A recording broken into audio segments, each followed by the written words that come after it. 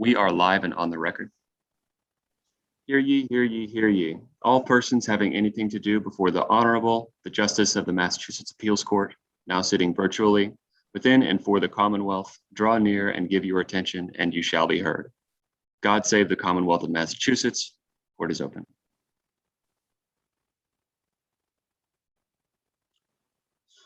So bear with me 1 minute. Arcangelo? We seem to have lost Attorney Masucci. On the matter of RMBS REO Holdings LLV versus Mr. Emmanuel Asia and all other occupants. Today we are here to discuss the propriety of a bond, appeal bond that was set in this matter.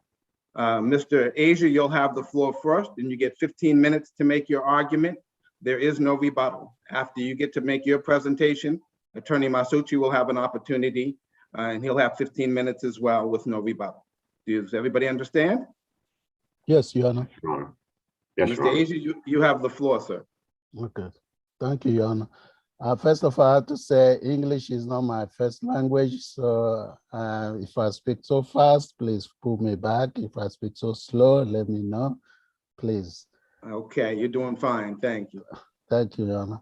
Your Honor, this case, traditionally, I need to show two things, to have a fee waiver, which I appealed before, and to show a bond and use and occupancy. These are court orders fees, and in the judgment, the housing court judge said that I didn't have a good argument. I didn't make any legal argument. And for that reason, she's ordering this bond, appeal bond. And my appeal is frivolous. So I was taken aback by that because I have introduced many motions throughout the 2 years that this case been going on, and the judge in the appeals and the housing court has allowed all my arguments, and also allowed me to do depositions for 7 people. The judge allowed that.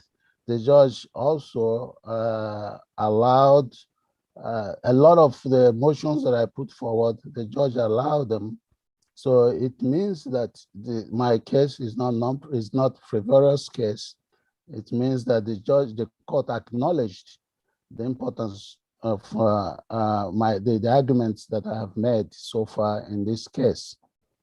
And so you understand, sir, that sometimes when the judge allows the motions, it's so that she gives you an opportunity to put your best case forward, not necessarily that she's found that it's a non-frivolous matter, but she wanted you to have every opportunity to make your strongest arguments. You understand? Yes, Your Honor. Okay. So in that, whenever that happens, I even go further, to prove the case. Two things we were talking about was the foreclosure was not legally conducted, and the origination of the mortgage was also not legal. Say the second one again. What was the second one? The second one, the origination of the mortgage, the mortgage itself, from the time it started. I see, the original. Yes, okay. yes. From the time it started, was not legal. This mortgage came from Drew Mortgage, and Drew Mortgage in my foreclosure package, in my closing package, Drew Mortgage said the lender certification of title said the lender is Drew Mortgage, and there's no mention of any other lender. It was eventually we found out that the lender was actually Ohio Savings Bank. It wasn't Drew Mortgage. And I'm sorry, I didn't hear what you said. The lender what? The lender was Ohio Savings Bank. Ohio Savings Bank, okay. Yes, Ohio Savings Bank, not Drew Mortgage. But everything in that package was so misrepresented that it was Drew Mortgage was the lender. The Now, let me lender, ask you this, sir. It's my understanding that you thought it was going to be Drew Mortgage from the outset. Is that correct? from the outset, yes. And then when you appeared in the office on the day that it was time to do the closing, you learned that there were going to be two mortgages. Is that right? Yeah, I learned there was going to be two mortgages when I was in the office. Now, at that time, why didn't you just say, wait, stop? I don't want to go forward because that wasn't my understanding. I did, and I already paid $10,000 down payment, which I spent 10 years saving. That I already paid that money to them. They asked me to pay that, so which I did. And the closing package was never given to me in advance to review or look for a lawyer. I was at work and they called me around 11 a.m. and they asked me to go to lawyer's office around 1 p.m. So I said, come there and then we'll have, I think we have your documents ready. So I went there, and when I found out it was two mortgages, I asked them. I said, why there are two mortgages? They said, no, that's, and that the interest rate was so high, 9%.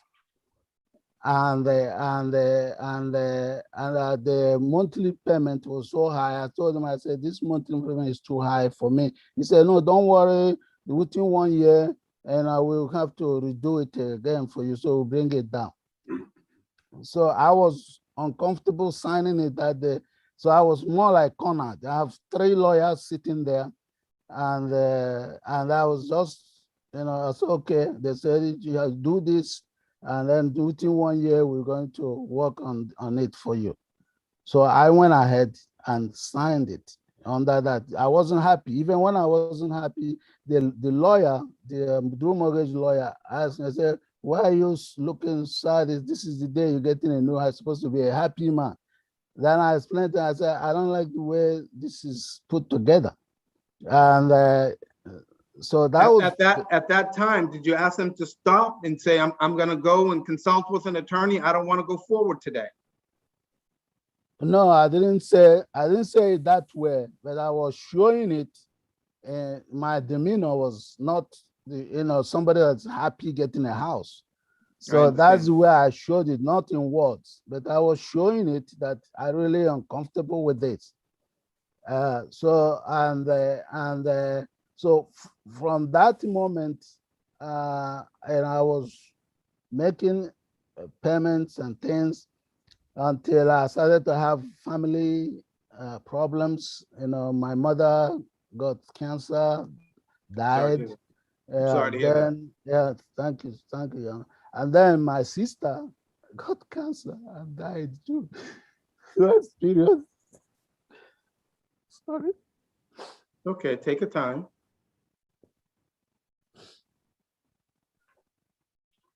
Take your time.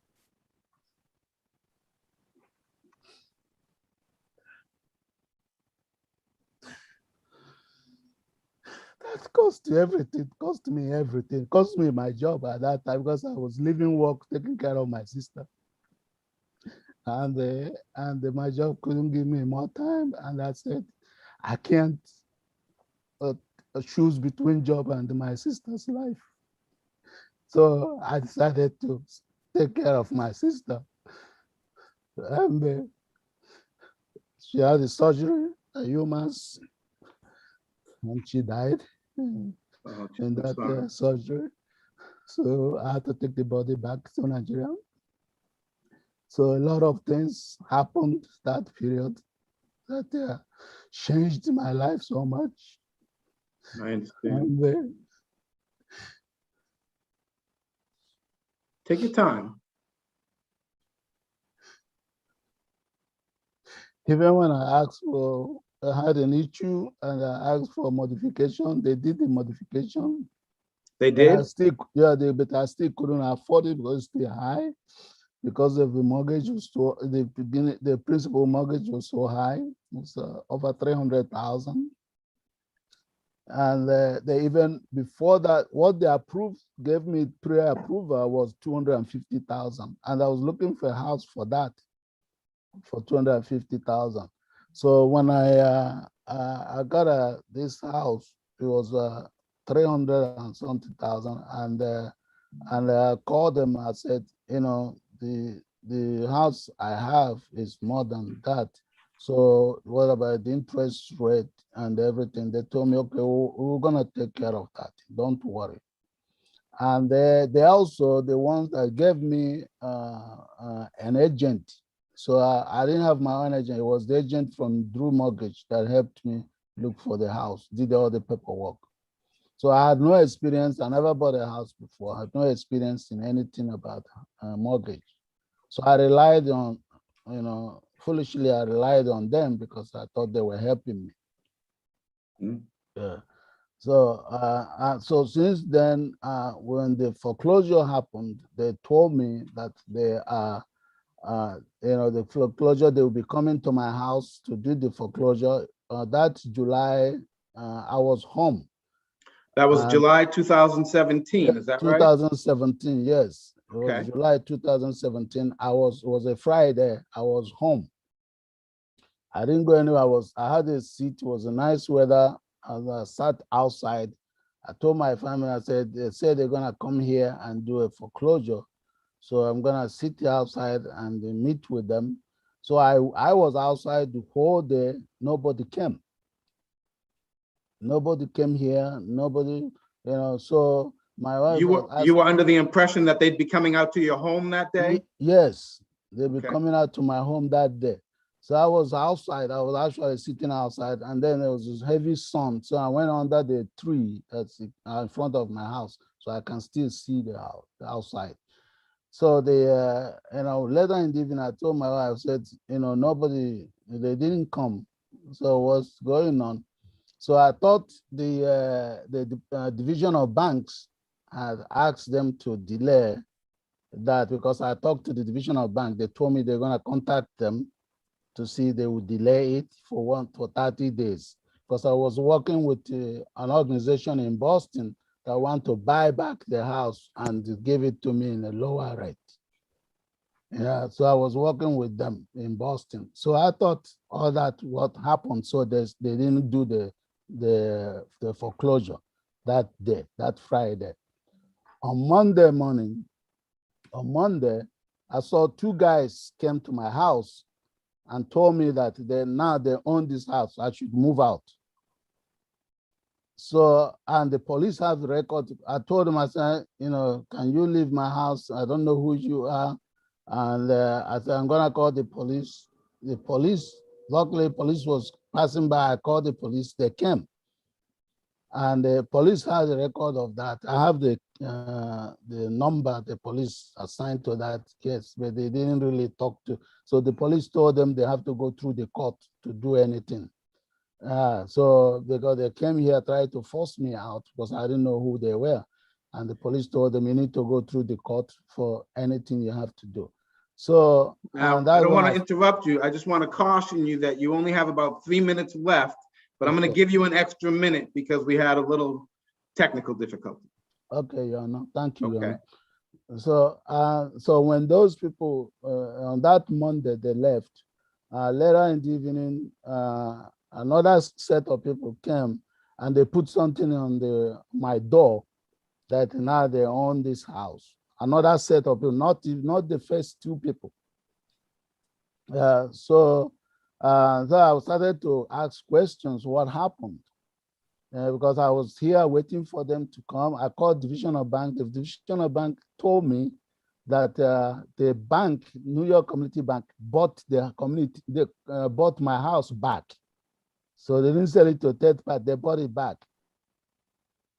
So for $250,000. And I was like, you know, I thought they're going to do a foreclosure. They're coming to come to the house, maybe talk to me, but I was here waiting for, they didn't show up.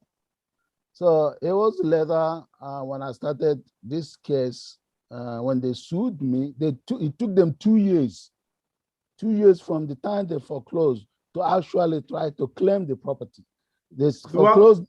Throughout this process, did you ever get a lawyer to help advise you on how to go forward? Yes, that's when I got eviction notice 2 years after, because for the first 2 years nothing happened. Nobody else came here after that Monday. After the Monday after the foreclosure on Friday, that Monday, after that Monday, nobody showed up here anymore. Nobody written to me for anything. Nobody done anything for 2 years. It was from 2017 to June 2019 when they were ready to go to court. That was when they filed foreclosure deed in the registry of deeds, June 11th, I think, 2019, 2 years after. And so because they know the mortgage never transferred, the endorsement on the mortgage they are launched, they clearly marked, they've stamped void on it. So it's not a legal document when it's voided. It's the stamp void, and that's what they relied on. Even Attorney Massachusetts sent that to me. I have a copy of it already, but he sent it to me, and I had that. I said, they're sending this, that means they're relying on this launch as part of their own argument to claim ownership or claim possession of the house. And it was clearly stamped. And the signatures of the person endorsing that is totally different from the signature or the legal signature of this person, which you'll find in other legal documents, even a homestead document. And so those are the reasons the judge asked me to depose them at that time, to do that deposition. So in the matter of being indigent, that is nobody questions that the court ruled on that I'm indigent, and I'm a mass health, and we have food stamp, we have fuel assistance, we have free lunch for the kids at school, and I have 3 kids in college right now. I think the court determined that you satisfied the indigence prong, so no worry there. And I don't believe that's being contested. Thank you, Your Honor. Okay. So that's about your time. Is there anything finally that you'd like to tell me? I like to say that I like to court to look into my matter seriously, because we have in Worcester County alone, there was a time it was last year in 2019, I was in court. There was 85 foreclosures, and it happened in 1 week. And the people, these people are mostly people that look like me, immigrants, and they do that to them. They take the money. These people save money. It took me 10 years to save $10,000 to pay to do down payment for this house. And they do that. They take them. They know that from the beginning it's just designed to fail, so that when you fail, they grab it from you, sell it to somebody that looks like me. They will fail. They take it from them, and they're making all this money and ruin families, ruin people, and that is what influential people like you and the rest can really take a second look on what is happening. Something is happening, and it doesn't look good on people like me and the rest of the society. I understand, Mr. Asia. Thank you very much. That's your time. I'm now going to turn to Attorney Marsucci, okay? Thank you, Your Honor. Okay, Attorney Marsucci. Good morning, Your Honor. So I think the court received a 212-page document from Mr. Asia late last evening, possibly early this morning. I think this submission is really emblematic of the way this case has gone the entire time. I question whether Mr. Asia is actually the one preparing these documents and whether he understands the import of what needs to be in these pleadings when they're filed with the court. There's a lot of documents there. There's a lot of allegations. I would say, Your Honor, it's quantity, but it's not quality. And it's been that way, unfortunately, throughout this entire matter with the housing court. Your Honor, Mr. Asia's has a tough story, but he did say this was a loan that originated in 2005. This was a foreclosure that took place in 2017. It took place after a couple of bankruptcies. It took place after a couple of loan modifications. And it finally got to the point in 2017 when the foreclosure was consummated. There's been a lot of motions. Mr. Asia said he filed many, many motions, and he did. And in many instances, I try to respond, but in sometimes there were so many, so fast and furious. Many times it was just a duplication of what had already been filed, that had already been denied. Sometimes I didn't think that I was going to need to respond, and sometimes the court would take action and they would deny it without a hearing. Sometimes if I didn't get served, there would actually be an order. And I think with regard to this issue about these 7 people that Mr. Asia was somehow deprived of being deposed, that motion was initially denied. He filed the motion again. I did not get served with the motion. The motion was allowed. He was given an opportunity to depose several people. I think I attended 3 depositions. And what I learned from those depositions was there was nothing there, Your Honor. There was nothing. And when I say nothing there, I mean nothing there with regard to the It seems to me sale. today that the heart of his argument is really grounded in predatory lending. And so that's what I think I heard him say at the end. So what do you want to say in response to that? Your Honor, only that those would all be out by statutory limitations, statutes of repose. There's been numerous years that have passed. If there was predatory lending, if there was an issue with origination, Mr. Asia has had full and fair opportunity to address those claims. We filed cross motions for summary judgment. Our motion for summary judgment on the issue of possession was allowed. His summary judgment was denied. I don't want to go back in the entire history of the case, but I do think there are a couple important, I think, indisputable facts that bring us to what happened with regard to the cross motions for the appeal bond. In February 2020, when the case was still pending prior to summary judgment, Judge Horan issued a use and occupancy order. At that hearing, we got into the number of bedrooms, the number of bathrooms, the square footage, the fair market value of the house. At that point, Your Honor, there hadn't been a judicial determination regarding possession. Judgment hadn't issued, so it was under Davis versus Comerford about the factors that were being looked at that point in time. Judge Horan took the information from the parties, the pleadings, the testimony.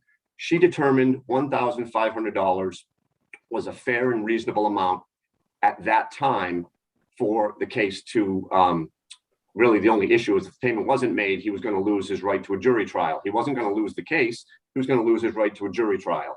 In fact, I read her papers, and I think she said she thought that $1,500 was actually less than market value. It was, Your Honor. We presented what we thought was good evidence that the market value was probably $2,000 or above. Ironically, at that point in time, Mr. Asia was touting all of the work that he had done into the property and what a beautiful property it was. He wasn't saying that there were habitability issues. He wasn't claiming there was any issues with the property. He was saying it was in beautiful condition because of all of his sweat equity that he put into the property. So in February of 2020, $1,500 was a very fair and reasonable amount. Mr. Asia did, and I do apologize to the court because he did make one payment, Your Honor. He made one payment on March 1 of 2020, and then he never made a single payment beyond that. I think in prior correspondence, I had perhaps indicated that he had never made a single payment, and that is a correction. He did make one payment of $1,500 in compliance with the court order. I would submit that that's an acknowledgement, at least on Mr. Asia's part, that at that point in time, he believed it was a fair and reasonable amount. However, he continued to challenge that. He did file a 231 petition to try to have that suspended. Contrary to Mr. Asia's statements in his pleading, the court did not waive the use and occupancy. The court denied his motion, and Your Honor, that I reference in my pleadings, the case 2020-0174. The single justice in that case denied his request and gave him the opportunity to go back to the housing court. The judge didn't waive it and say, you don't owe it. The judge cited Davis versus Comerford, said, I'm going to deny your motion. because of COVID-related basis, but you can go back to the housing court. Well, Mr. Asia did do that. He did that repeatedly. He did that, I think, 2 more times. So there never was an order that he didn't have to make use and occupancy payments. Mr. Asia's own motion, which the judge did eventually act upon because he kept bringing the motion forward, Mr. Asia's motion was for a suspension of use and occupancy payments. It wasn't for a waiver of use and occupancy. Even Mr. Asia said, I've had COVID-related impact. I shouldn't have to pay it now because of my COVID-related impact. Well, then we filed our cross motions for summary judgment. At that point in time, he raised the issue again. The judge allowed his motion for suspension and said, okay, you don't need to pay it. But then the judge decided the motions for summary judgment. We were given possession. Then he filed an appeal. So we obtained our final judgment in this matter, Your Honor, on June 9th of 2021. There was a motion, I believe, for reconsideration. Then there was a motion for filing of an appeal. That's really what brings us to what brings us here today. And I apologize. I just think it's important for the court, to the extent there was so much documentation presented to the court, I want to isolate it to what I think is relevant, which is the initial use and occupancy order, the summary judgment, and then the appeal. So when the Judge Horn hears the cross motions for our request for an appeal bond and his request for a waiver, she already has the background from February of 2020 on the value of the property. And she also knows that the reason that the case has been pending this long is predominantly because of Mr. Asia's many, many motions that he's filed. Keep in mind, Your Honor, this case, this summary judgment was filed before COVID ever happened. The reason we didn't get our hearing was because Mr. Asia kept going back to court saying, I want to file motions to depose these individuals, some of which the judge even pointed out in the transcript, which I would say is an unofficial transcript that Mr. Asia, I'm not sure who prepared it. I don't know where it came from, but I know it's an unofficial transcript. The judge at that point in time, I think that's November of 2019, she says, Mr. Asia, I can't compel the plaintiff to produce somebody who doesn't work for the plaintiff. So he knew that in 2019, yet he continued to file these motions regarding this allegation of a forgery. And again, I'm going off a little bit topic, but my motion for summary judgment, I was able to find Christine Rowan. I was able to communicate with her very easily, and I filed an affidavit signed by her that said it wasn't a forgery. And she was who? Christine Rowan was the individual who worked for Drew Mortgage in 2005. Part of Mr. Asia's allegations was that there was a forgery in the allonge to the note, and that he had seen some other documents in a different case in the Worcester Housing Court involving a Miss Luz Hendrickson, where he didn't think the signatures were the same. Well, Your Honor, I didn't ignore that allegation. I went out, I found Miss Rowan, I showed her the signatures, I had her execute an affidavit that was submitted in support of my motion for summary judgment, which said that is my signature, although I have no specific recollection of signing it, it's not a forgery. I either signed it or I authorized the execution of it. Your Honor, that was in front of Judge Horn at the motion for summary judgment stage. So that deals with that issue of forgery. These other issues of predatory lending, again, I think that the judge realized that they weren't going to go to the heart of the matter, which was, did we have compliance with Chapter 244, the power of sale statutes? We submitted the evidence that the judge found persuasive and decided that case in summary judgment. The appeal comes forward. We filed the cross motions for the bond. Your Honor, we put forward the information of what the judge had already ordered, which was fair use and occupancy at $1,500. We put forward the time of the foreclosure sale and the calculation of the time forward. And Your Honor, I believe it was 47 months at $1,500.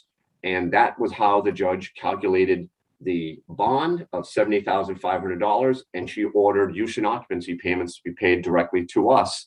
And weren't they supposed to begin on what, July 15th? July 15th, Your Honor, yes. And there has been no payment. Okay. There's been, again, no payment other than that initial March 1, 2020 payment, no payment since the bond order. the allegations regarding origination, regarding what might have happened in 2015, they don't attack and don't present a meritorious or non-frivolous defense to what the judge had found at the summary judgment stage. She even states in her decision on summary judgment, she's given Mr. Asia full and fair opportunity. There's been pleadings that have been hundreds of pages long, like the pleading that was filed with the court today. It's 212 pages long.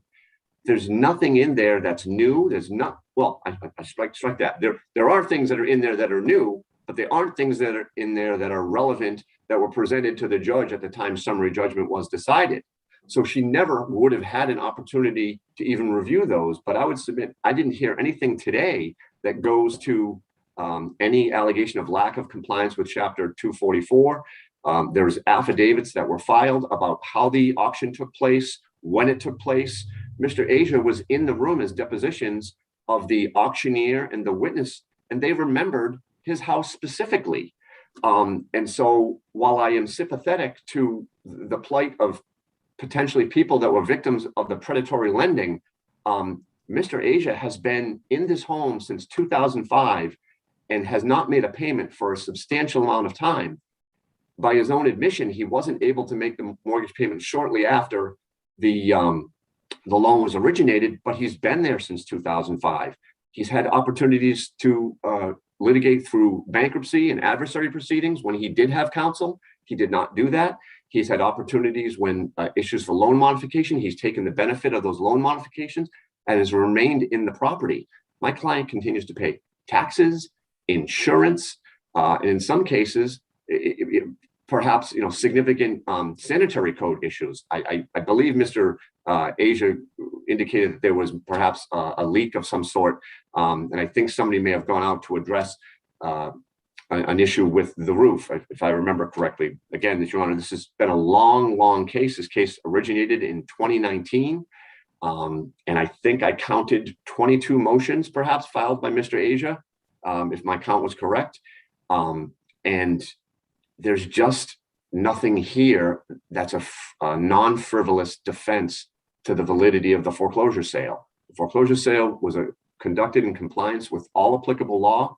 Judge Horan found so, and the appeal, her order references Davis versus Comerford, which was at the initial stage, and then obviously most importantly, Your Honor, at the Bank of New York versus King decision.